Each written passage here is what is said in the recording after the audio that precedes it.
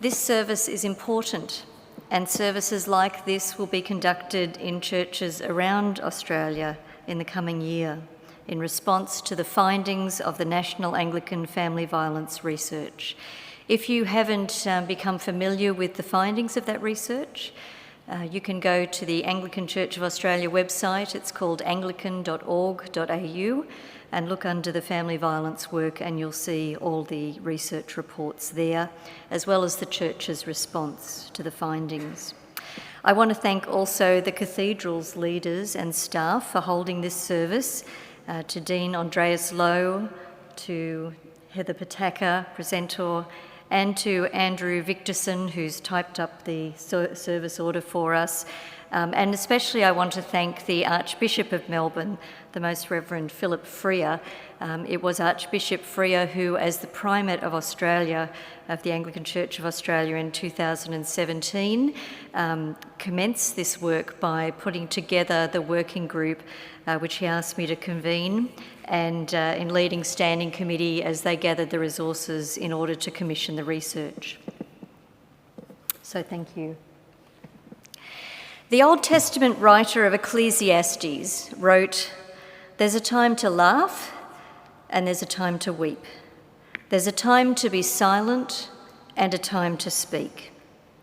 In terms of what we now know about the prevalence of violence behind the closed doors of our homes, both the homes of those who go to church and those who don't, it is a time for weeping.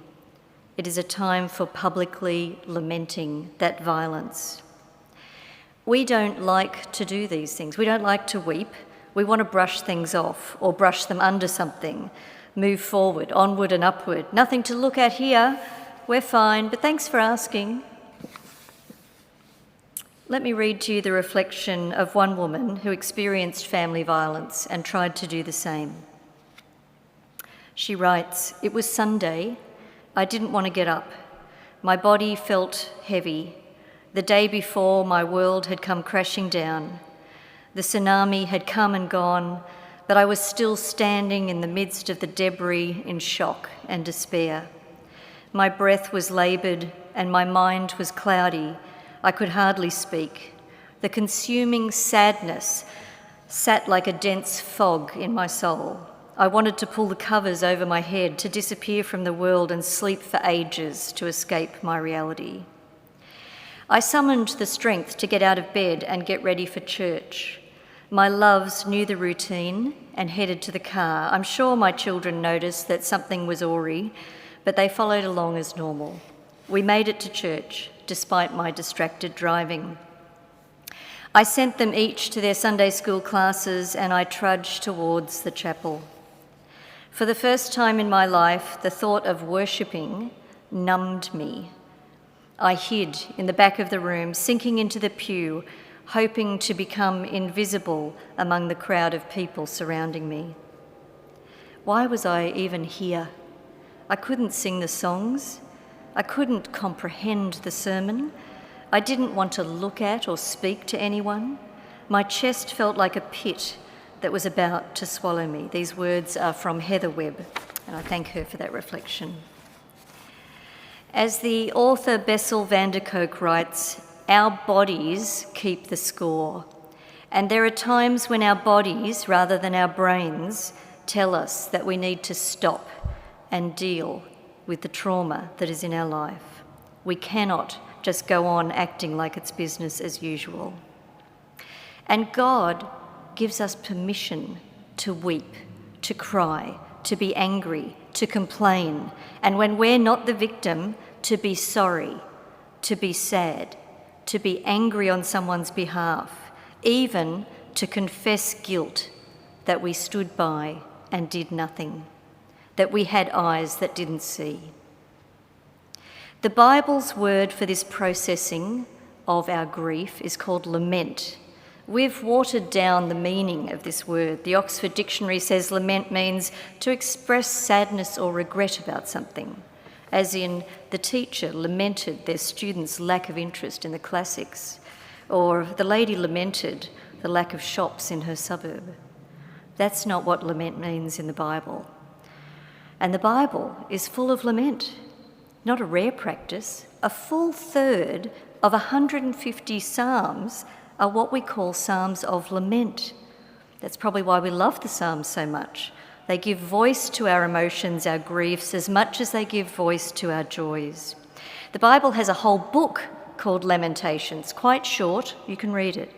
And there are laments from prophets, from women and men in dire situations, and even from the lips of Jesus Christ himself, who wept over the plight of others and over Jerusalem and his people. We've just read 2 psalms of lament, and they don't hold back, do they? We read Psalm 77. At night I'm grieved to the heart. I ponder and my spirit makes me search. Will God cast us off forever? Will he ever show us his favour? Is his mercy clean gone and his promise come to an end for all generations? Or Psalm 42, my tears have been my food day and night, while they ask me all day long, where's your God now? A good, full-on lament.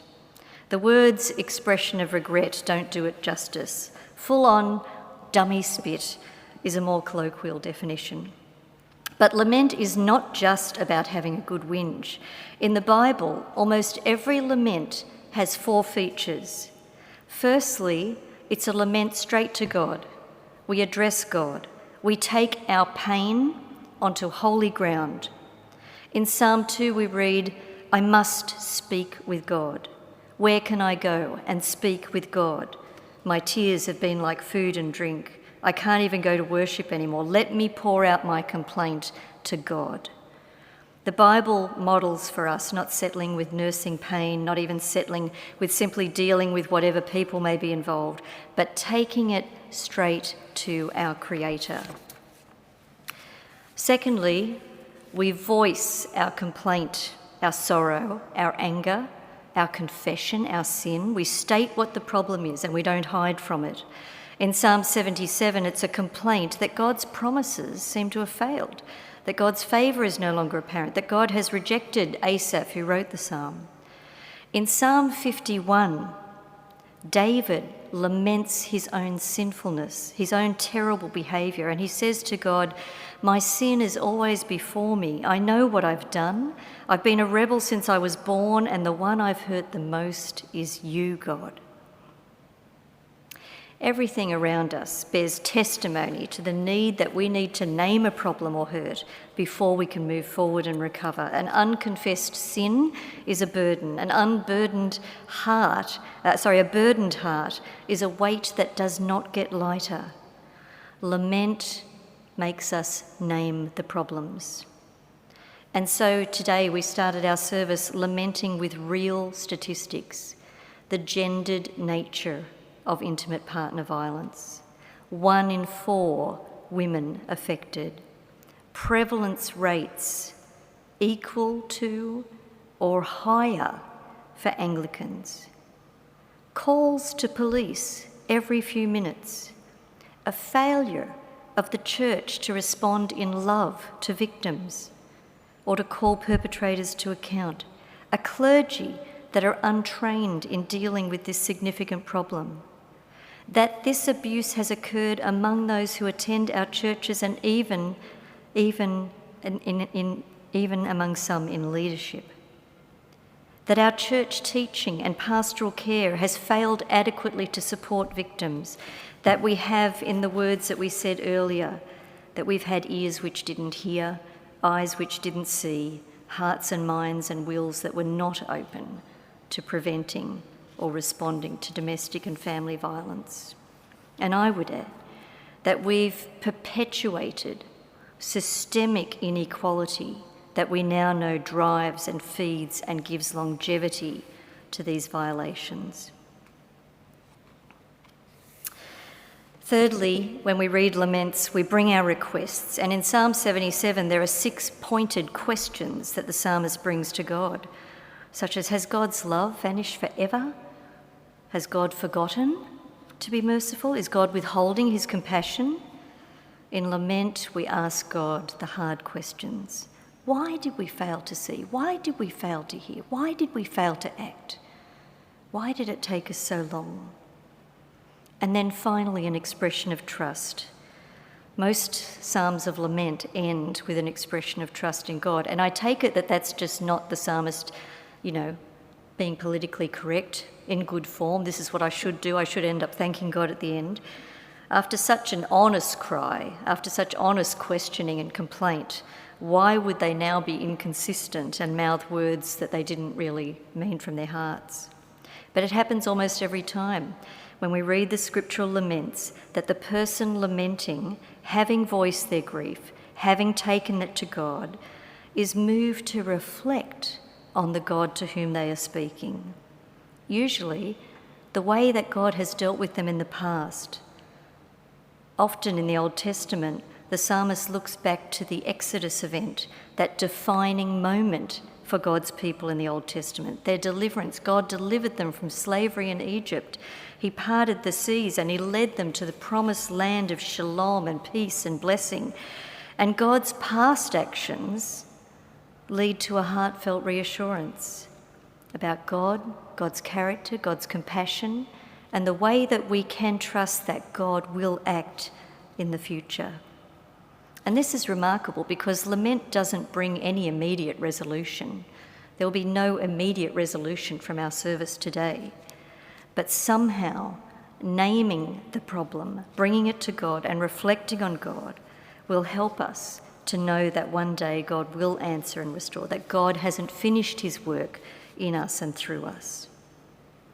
For us, though, we don't look back to the Exodus. The defining spiritual moment for us believers today is the incarnation and the cross, where God identified with us, where God listened to us, where God suffered with us, where God gave us hope, where God rose from the dead and said, I've done this for you, to deal with your problems and to show you the future. Believe in me, my love is stronger than death. Lament is a way to process our grief, to bring our sins to God, to call on God to act, and to reassure ourselves with hope. All of those psalms of lament in the Old Testament were recited by God's people. So the Bible not only models for us a private form of lament, but also a public form of lament like this service today. In a service like today, we stand in solidarity with victims. We grieve over their treatment. We grieve over our church's failure to bring light and hope. We grieve that we looked the other way or stood by rather than stepped in, that we failed to live up to that gospel mandate that Jesus said, this is how you'll know that you are my disciples, if you love one another as I have loved you. So let us lament. Let us talk to God without smoke and mirrors. Let us do this spiritual dummy spit. Let us lose ourselves in God's presence and ask the hard questions. And we hope, come back to hope in the end, even if we do not get an immediate resolution. Lament is transformative, an opportunity to connect deeply with God, an opportunity not to be overcome by evil, but to take those steps towards overcoming evil with good.